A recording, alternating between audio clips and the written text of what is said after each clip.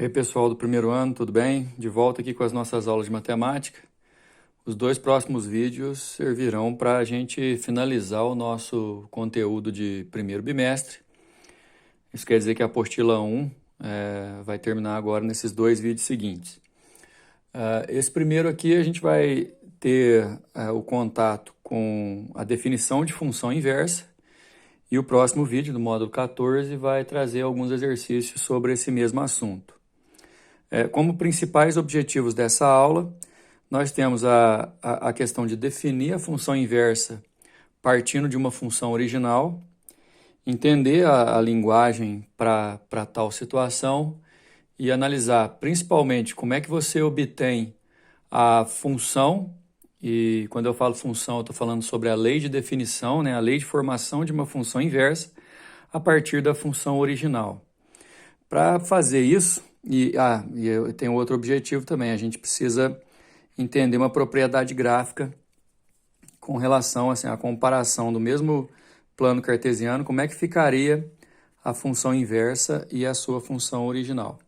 Aliás, a gente vai usar essa linguagem mesmo, né? A função principal, vamos dizer assim, que é de onde a gente vai tirar a função inversa, né? Nós vamos chamar de função original. E utilizando-se de alguns artifícios, a gente consegue chegar na lei de formação da função inversa. Por definição, uma função inversa, pessoal, é aquela que consegue, a partir de algumas considerações, inverter o papel dos conjuntos relacionados. E quando eu falo isso, vocês devem lembrar lá das aulas anteriores, aulas em que a gente conseguiu definir o que era domínio, o que era contradomínio. Seria muito interessante agora você pensar num diagrama de flechas, tipo esse, onde o conjunto de onde a seta parte é o domínio, o conjunto para onde a seta vai é o contradomínio. Lembrando que dentro do contradomínio, aquele elemento que recebe a seta, a gente considera que é uma imagem.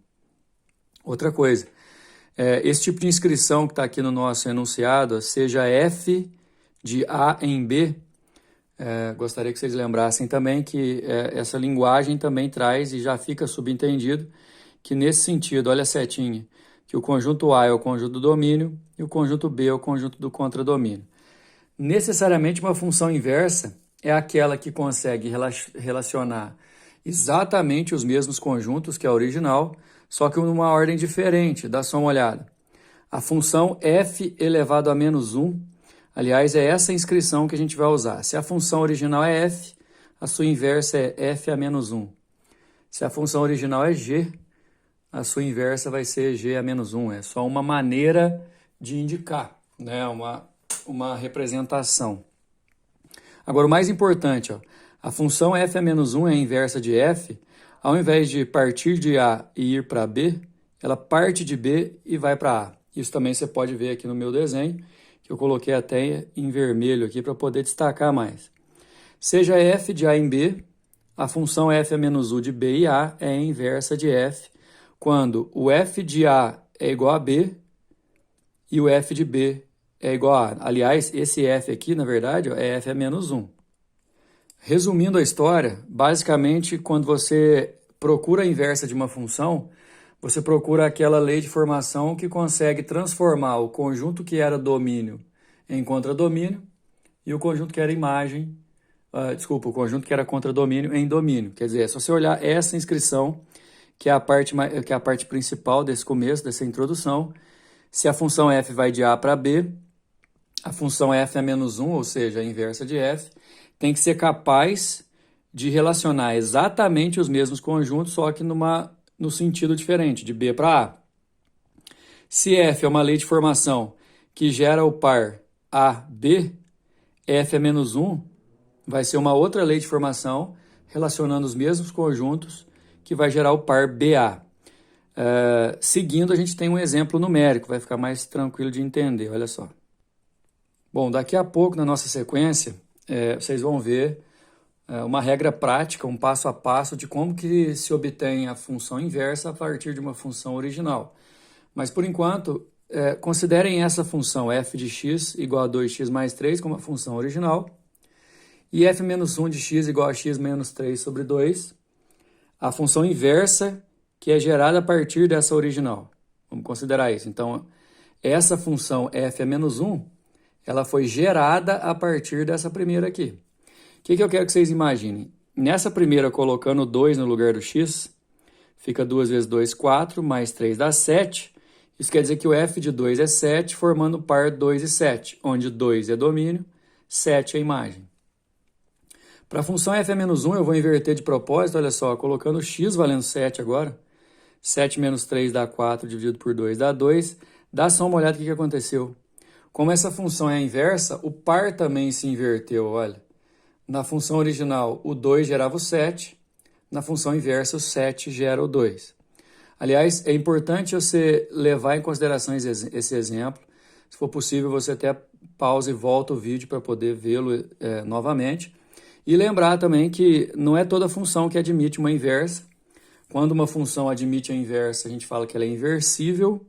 E para ser inversível ou invertível, a função tem que ser bijetora. Esse conceito de bijetora a gente já estudou aí algumas aulas atrás, né? A regra prática que eu comentei agora há pouco é exatamente essa daí. Vocês têm essa regra na apostila, mas também é interessante você fazer o passo a passo aí seguindo. Usa uma folha de rascunho e tal que você vai entender. Então, assim, por prática, o primeiro passo é, ao invés de usar f de x, usar y. Por exemplo, ao invés de estar f de x igual a 2x mais 3, a gente usa y é igual a 2x mais 3. Tem até exercício que já vai chegar nesse formato. Tem muito exercício que, ao invés de usar o f de x, usa y de uma vez. Mas o primeiro passo é esse. Substituindo f de x por y, a função vai ficar desse jeito. Depois, esse é o passo principal e o passo baseado na definição, que é aquela troca, aquela inversão de papéis. Na função original, y é imagem, x é domínio. Na função inversa, esse y aqui vai ter que virar domínio e esse x aqui vai ter que virar imagem. Só que mesmo assim a gente não pode mudar a inscrição, né? Y é imagem, x é domínio, por isso que a gente vai trocar x por y e y por x. Ou seja, onde tiver y eu coloco x, onde tiver x eu coloco um y. Certo? Sempre assim. O próximo passo é isolar esse y que você acabou obtendo. Para isolar esse y, por exemplo, eu vou jogar o 3 para o outro lado subtraindo e o 2 dividindo. Tá, o y isolado. Substituir y por f a menos 1 de x é algo meio que protocolar, né? Só para você colocar na inscrição ou na maneira de representar mais usual. Quer dizer, f a menos 1 de x é x menos 3 sobre 2. Se você reparar, foi esse exemplo que eu usei aí anteriormente. A função original 2x mais 3 foi essa que gerou essa função inversa. Rapidinho, passando pelos passos, você usa y ao invés de f de x. Depois você troca x por y e y por x.